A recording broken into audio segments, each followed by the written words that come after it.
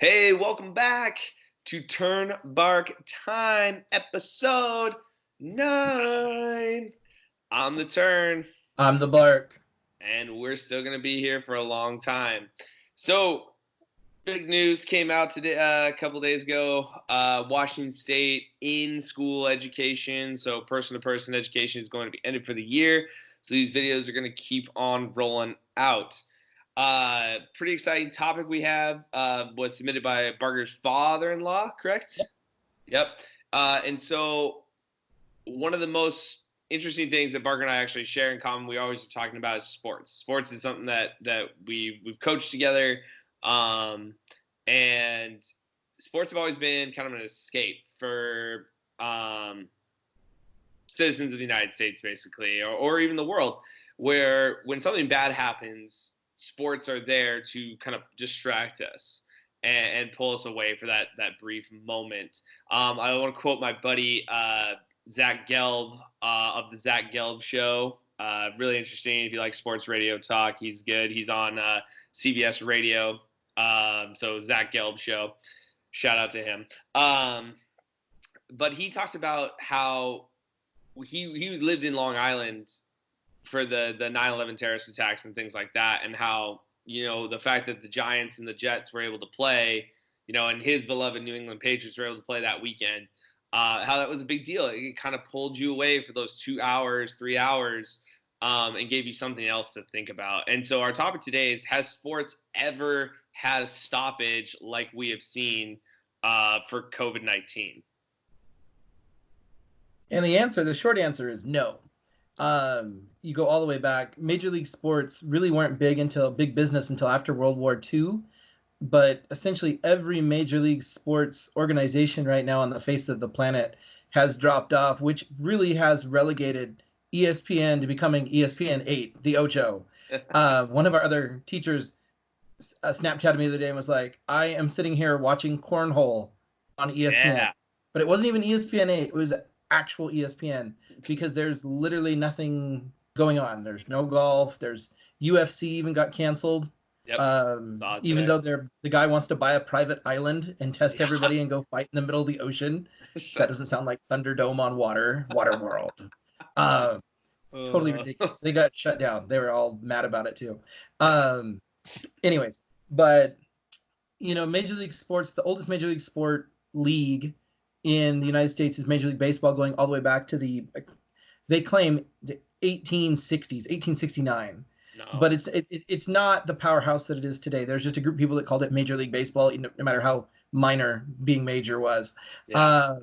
And then the next one you have is the NHL, which in America, sorry, Mr. Kanata, a lot of people aren't super huge fans, or people back east in the Northeast, don't hate me. And then you get the NFL after World War I, and then the NBA doesn't come about until after World War II.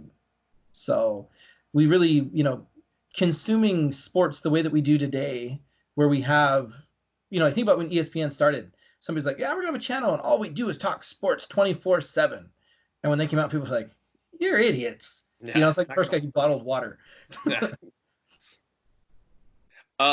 So when we take a look at these, one of the other sports Barker left off that I've gotten into a lot lately is golf. And so the Masters is where I'll start with our first attempted shutdown. So golf, the PGA Tour, didn't really find a lot of information on where it started, and I didn't go too far down that rabbit hole. But what I found was the Masters actually began in 1934.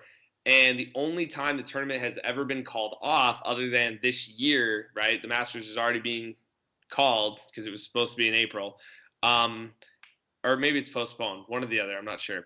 But the last time was World War II. In 1943 through 1945, there were 3 Masters tournaments that were never held.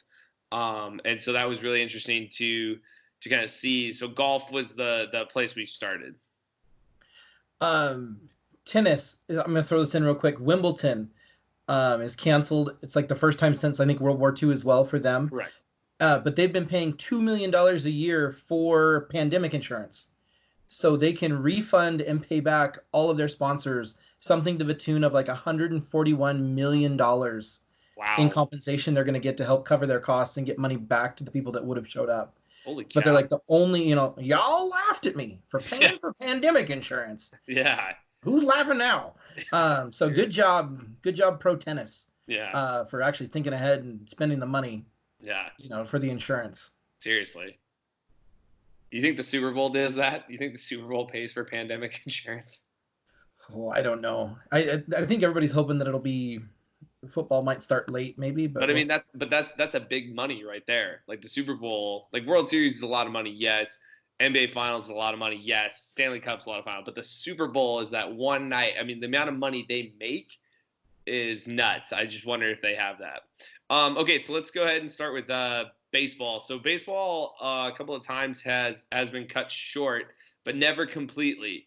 September 11th, 2001, those terrorist attacks stopped the season till September 17th, but when then play resumed. Um, there have been two player strikes, or three player strikes, sorry, that took away games. The first being the 1994 season that actually cut off the World Series. It's the only time the World Series in its creation has ever been canceled. It was due to a player strike. That strike went into the 95 season, cutting it from the normal 180 games to 144. 1981, same thing, but it was cancellation of 713 games from June 12th to August 9th, where they played the All-Star game, was the first game back. And then the last one was a quick strike in 1972 from April 1st to April 13th. Again, a unique stoppage that I found that was kind of cool was when Major League Baseball was two separate leagues. So there was this I think it's 1903, the National League is founded. In 1904, the American League, and they're two separate professional baseball teams, but their champions would play each other for the modern World Series. And it's interesting, the New York Giants actually refused to play the Boston Americans, and said they wouldn't play them. So there was no World Series that year. Yeah, and it's really interesting because baseball during both world wars, a lot of these leagues during these big conflicts won't stop playing. The player quality goes down, and the number of teams in the league contracts. If you think about it like that, like teams disappear, they go out. Like if you ever watch a timeline of like franchises, and especially with baseball, like it's like the Seattle Mariners used to be like three other teams from around the country. You literally just like had a group of players and you're like, please give us money, city, so that we can like keep our team going. Until the modern era, unless you're the Los Angeles Angels of Anaheim of California or whatever they are. But in 1918 during World War I, they were deemed non-essential workers. And so like they were not exempted from the draft. So players in the major leagues could have been drafted. And then eventually they kind of like changed their tune, which when we get to World War II, FDR actually, like Major League Baseball is thinking about stopping, and they actually get what's called the green light letter from FDR saying, no, people, what was they say? The quote is, there will be fewer people unemployed and everybody will be working longer and harder. The chance for recreation and taking their minds off their work, they need it even more than before, now more than before. So like he recognized that, even FDR right there is saying like sports are an escape. It gets us to stop thinking about, in that case, a world war. In our case, it would be a pandemic, but we don't even get that escape because the pandemic is so dangerous, even to those pro athletes. You look at the NBA where it started spreading with, what team was it? It was, oh shoot. I know the Jazz caught it. Yeah, it was the Jazz, but they weren't in Utah when they got quarantined. Were they in Oklahoma City? Yes. Oklahoma City, maybe it was Denver? Somewhere. Fact check us. We're not going to say that's a fact because we're not sure. And that's what good people do when they're not sure. They say, we don't know for sure. So anyway, you want to move on and talk about football or? Let's say football for the end. Those are our favorites. Okay. So, so the next one, we're going to move on to the NBA, just because Barker and I aren't super into the NBA, I guess, is the easiest way to say it. So the NBA has only stopped twice, once due to a lockout, or both due to lockouts. The 98-99 season, which only lasted 6 months. And so the season went from, I believe, basketball plays 82 games, but I could be wrong. And they shortened the season to 50 games. The second one came in 2011, where the regular season got dropped down to 66 games. But again, as we're seeing this, right, this comes after World War II. We haven't had any major stoppage in professional basketball except for negotiation labor issues with the players.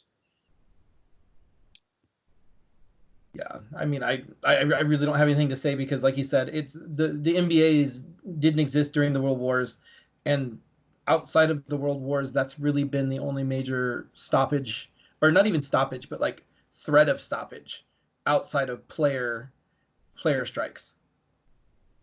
Yeah. So it was. Sorry, I was trying to find our NBA players still.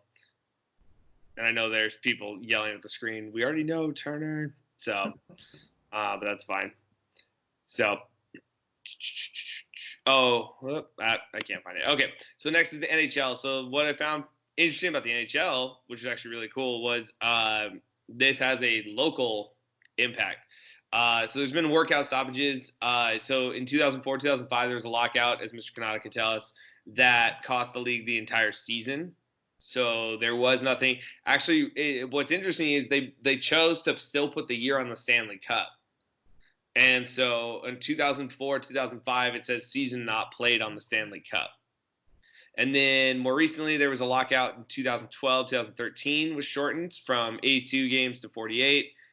And then the 94 and 95 season was also decreased because of a lockout, 84 to 48 games. But the one shorter stoppage that actually plays into what we're talking about is that in 1919, the Stanley Cup Finals were being played between the NHL champion Montreal Canadiens and the PCHA's Seattle Metropolitans.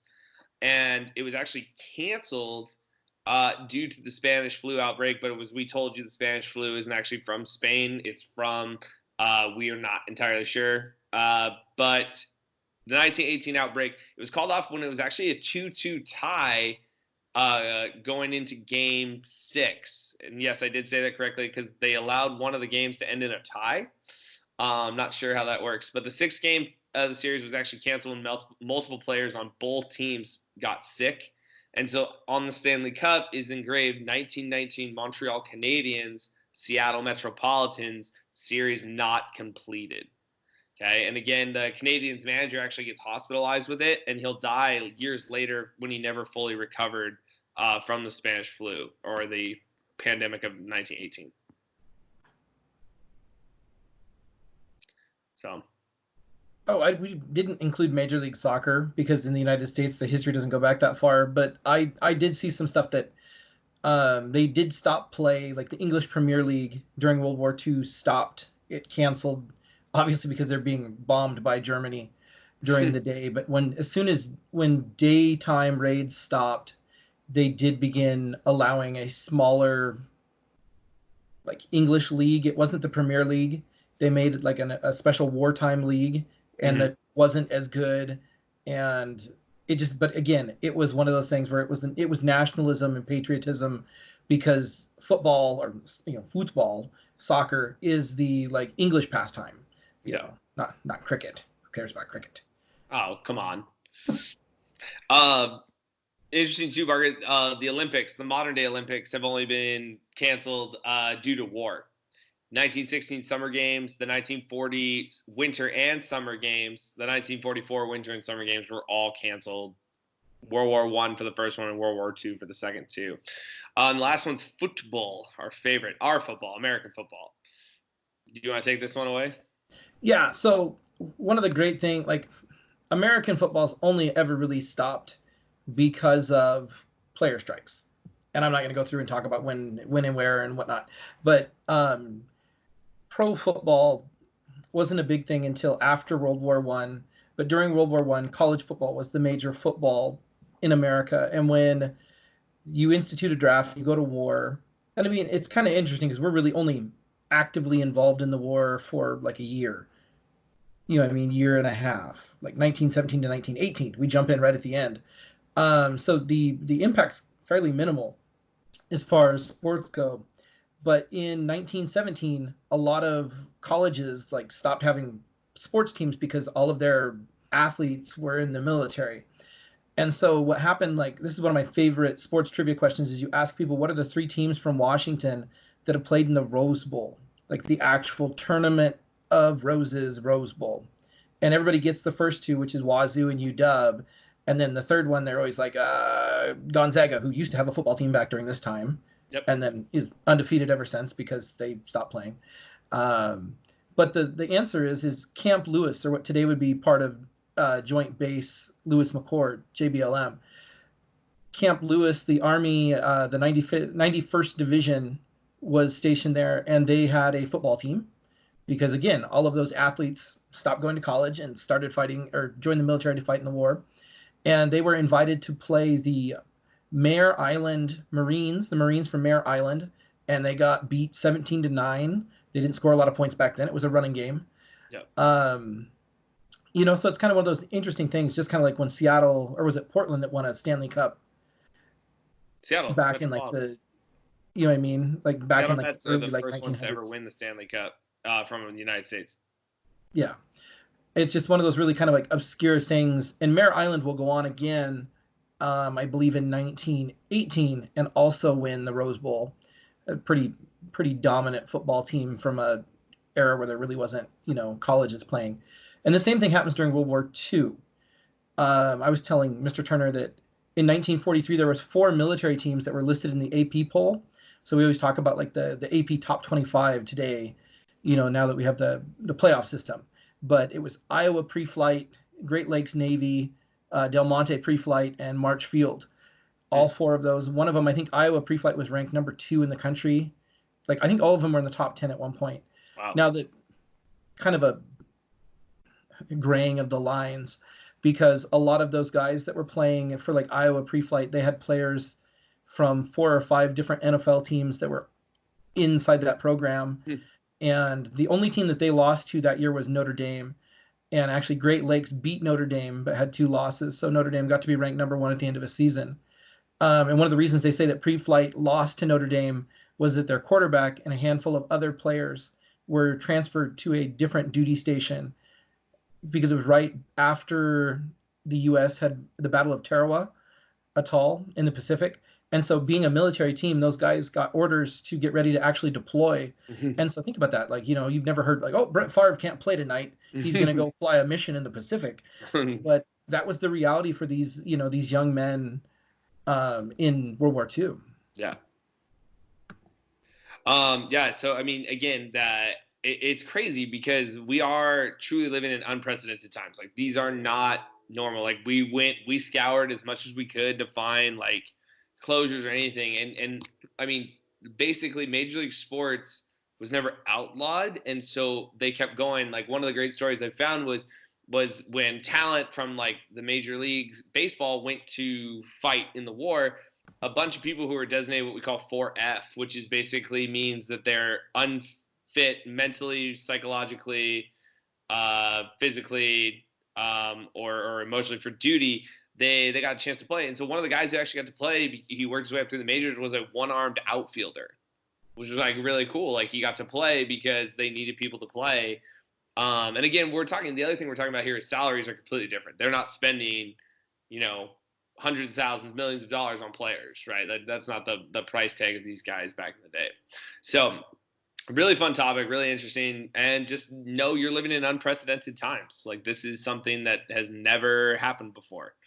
Well, it relegates us to looking at free agency, like Tom Brady. Everybody was like, oh my God, what's going to happen with Tom Brady? He posted that kind of emo tweet, like in February, where he was like standing in the tunnel, looking into the distance longingly, and everybody's like, where's he going to go? And so we're all sitting around watching Twitter like it's a papal conclave waiting, is it going to be crimson smoke for Tampa Bay, or is it going to be powder blue for San Diego? Spoiler alert, he went to Tampa. But it's just, because there's literally nothing else to do. We're watching uniform rollouts.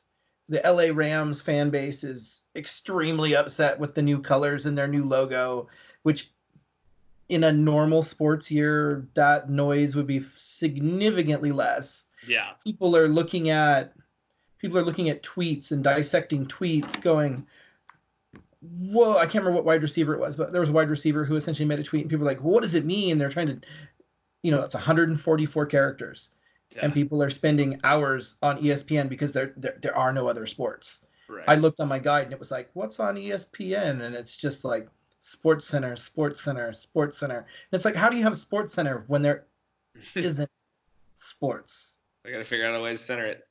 So just, understand that we are living in uncharted territory. Yep. So Trump did come out and say, though, that he met with 12 commissioners and was hoping to have butts and seats back by September. So, and if the curve works out that way, we keep it flat and we ride it out. Hopefully August is the last point or the lower point. So we'll see.